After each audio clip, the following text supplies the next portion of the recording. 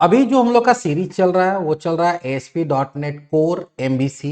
और इसमें हम लोग पिछला वीडियो जो हमारा पार्ट 77 था उसमें हम लोगों ने बात किया था कस्टम मिडिलवेयर के बारे में। तो मिडिलवेयर क्या है, बिल्ट इन मिडिलवेयर क्या है, कस्टम मिडिलवेयर क्या है, कैसे बनाते हैं, वो तुम लोग पिछले वीडियोस में देख लिए। लेकिन मिडिलवेयर से रिलेटेड इंटरव्यू में एक और भी क्वेश्चन होता है, वो होता है अबाउट मिडिलवेयर एक्सटेंशन। एक्चुअली कभी भी जब हम लोग मिडिलवेयर बनाते हैं तो उसको इंप्लीमेंट करने के लिए, रजिस्टर करने के लिए आप क्या करते हैं, ऐप डॉट यूज मिडिलवेयर नाम का एक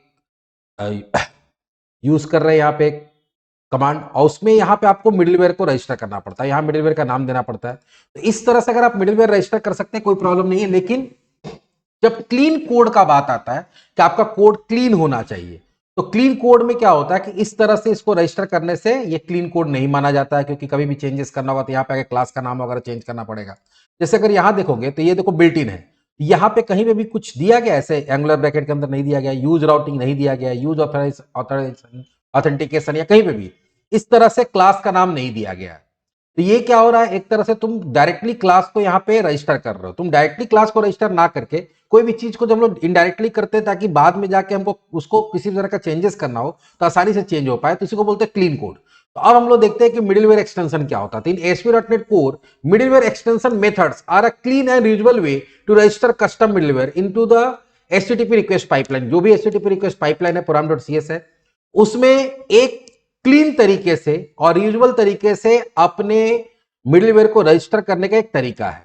इसके लिए करना क्या पड़ता है कि एक एडिशनल क्लास बनाना पड़ता है, प्लस उसमें एक स्टैटिक मेथड बनाना पड़ता है।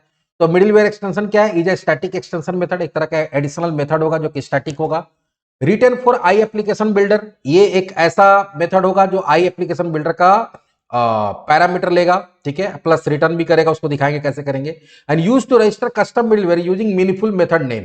तो वहां पे क्या होगा कि आप जो यूज मिडिलवेयर जो है उसको ना यूज करके एक मीनिंगफुल मेथड का नाम, आप अपने मन से मेथड का नाम चूज कर सकते हैं और उससे उसको रजिस्टर करते हैं। और यहां पे तुमको कोई क्लास वगैरह का नाम, मिडिलवेयर क्लास वगैरह देने का जरूरत नहीं पड़ता। तो ज्यादा कुछ नहीं है, सिंपल। कोई अगर ये पूछे कि मिडिलवेयर एक्सटेंशन का यूज क्या है, तो बोलोगे कि क्लीन तरीके से अगर आप अपने कस्टम मिडिलवेयर को रिक्वेस्ट पाइपलाइन के अंदर रजिस्टर करना चाहते हैं तो हम लोग मिडिलवेयर एक्सटेंशन बना सकते हैं। मिडिलवेयर एक्सटेंशन क्या होता है, तो एक क्लास होता है, उसके अंदर एक स्टैटिक मेथड होता है, उसका एक सर्टन हम लोग बोल सकते हैं प्रोटोटाइप बोल सकते हो, या सिग्नेचर बोल सकते हो, या उसका स्ट्रक्चर बोल सकते हो उस मेथड का। उस मेथड के स्ट्रक्चर को फॉलो करते हुए एक मेथड बनाना पड़ता है, और बाद में बहुत इजीली हम लोग उसको रजिस्टर कर सकते हैं। कहां पे, इस एक्सटेंशन मेथड के थ्रू उस मिडिलवेयर को रजिस्टर कर सकते हैं program.cs के अंदर। इससे फायदा क्या होता है, क्यों हम लोग मिडिलवेयर एक्सटेंशन यूज करते हैं, तो पहला क्या है, program.cs बिकम मेसी। अगर हम लोग नॉर्मली बात करें इससे, तो यहाँ पे क्या हो रहा है कि यूज मिडिलवेयर लिखना पड़ रहा है, यहाँ क्लास का नाम देना पड़ रहा है, ऐसे कर बहुत सारा मिडिलवेयर है तो थोड़ा मेसी हो जाता है। इससे क्या है, एक्सटेंशन हाइड इंप्लीमेंटेशन, तो वहां पे कौन सा क्लास यूज हो रहा नहीं हो रहा है वो सब यहाँ पे डालने का जरूरत नहीं है, वो सब छुपा हुआ रहेगा। यहाँ पे सिर्फ तुम एक मेथड कॉल करोगे, काम हो जाएगा। हार्ड टू अंडरस्टैंड पर्पस, अगर मान लो कि यहाँ पे रिक्वेस्ट लॉगर लिखा हुआ है, ये किस लिए है नहीं है वो समझना थोड़ा मुश्किल होता है। क्लियर सिमेंटिक मेथड नेम, वहां पे क्या मेथड का नाम हम लोग ऐसा लिखेंगे जैसे कैसे यहाँ पे लिखा हुआ यूज HTTP रिडायरेक्शन, तो समझ में आ रहा है कहाँ रिडायरेक्शन से रिलेटेड वाला कुछ सर्विस है या मिडिलवेयर है।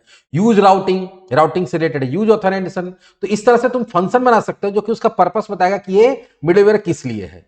रिपीट यूज मिडिलवेयर कॉल्स, अगर मान लो कि अगर 4 मिडिलवेयर यूज करना तो तुमको 4 बार use middleware use middleware use middleware देना पड़ेगा। यहां पे क्या है कि तुमको उसका अलग अलग फंक्शन देना पड़ेगा, तो बार बार यूज मिडिलवेयर तुमको नहीं दिखेगा, ठीक है। 4 की जगह 4 अलग अलग फंक्शन नेम दिखेगा। नॉट स्केलेबल, ये ज्यादा स्केलेबल नहीं है क्योंकि बहुत ज्यादा अगर मिडिलवेयर होगा तो मुश्किल हो जाएगा।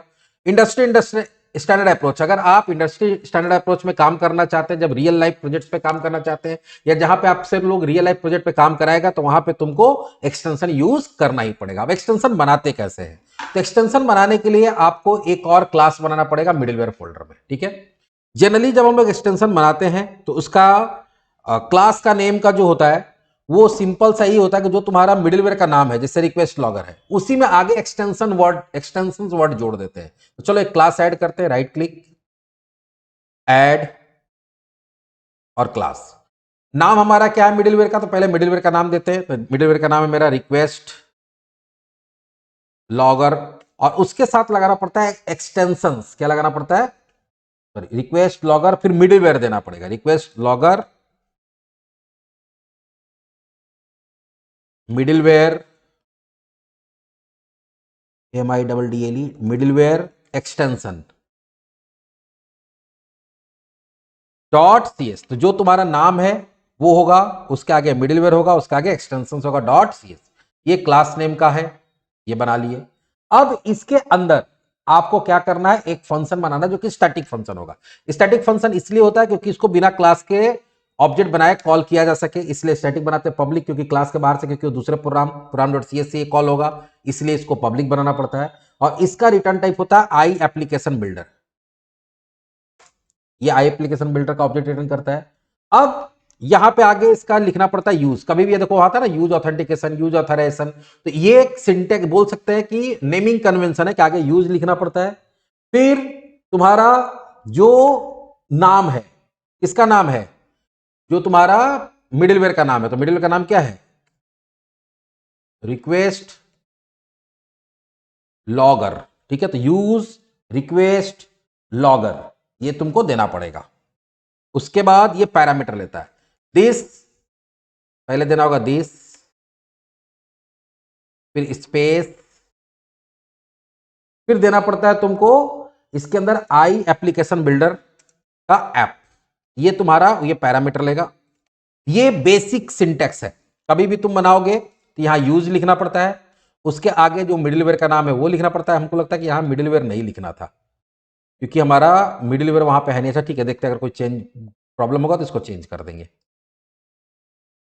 अब मेन है मेथड से मतलब, क्लास से ज्यादा मतलब नहीं रहता है। अब यहां पे आपको करना कुछ नहीं होता, जो कोड वहां लिखे हैं ये क्या करेगा, रिटर्न। अब देखो जो कोड हम लोग यहां पे लिखे हैं ना, यहां क्या कोड लिखे थे program.cs के अंदर, program.cs के अंदर क्या लिखे थे, app.use middleware, बस उसी को करना। तो होता क्या है कि आपको program.cs में जो ये कोड है यही कोड यहां पे चाहिए ना, इसी कोड को हम रिटर्न करवा देंगे वहां से।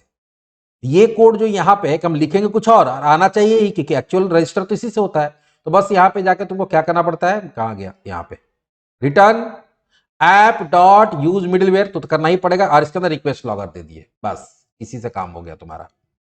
ये एरर क्यों आ रहा भाई,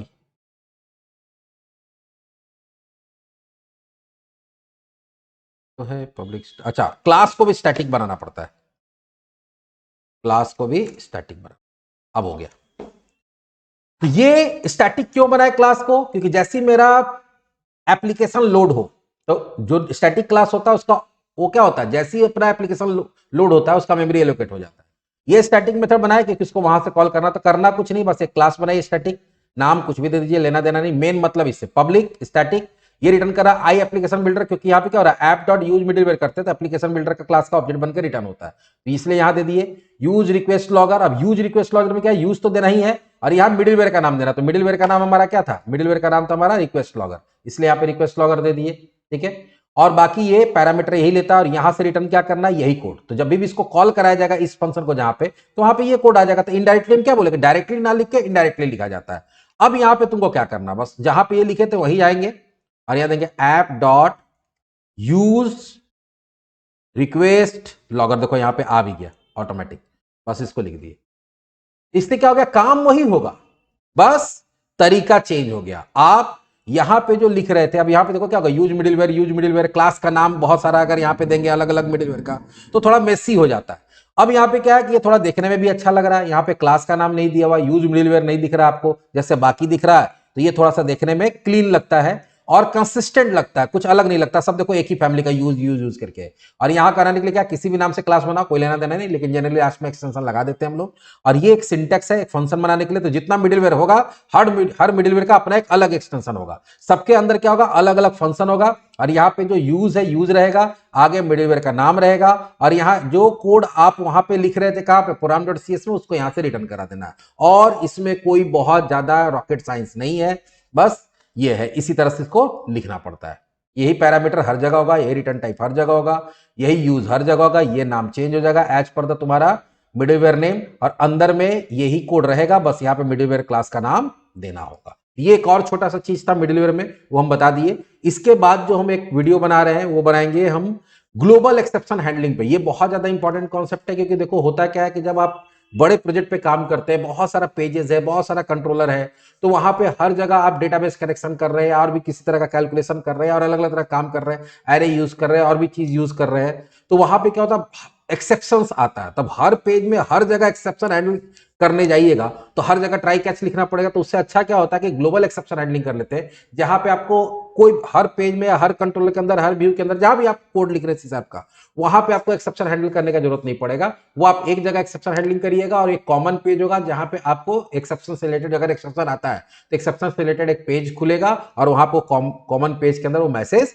दिख जाएगा क्या प्रॉब्लम हो रहा है। तो इससे आपका टाइम बचता है, आपका कोड काफी क्लीन होता है, रीडेबल होता है। तो हम लोग अगले टॉपिक में देखते हैं। तो चलो मिलते हैं अगले टॉपिक में।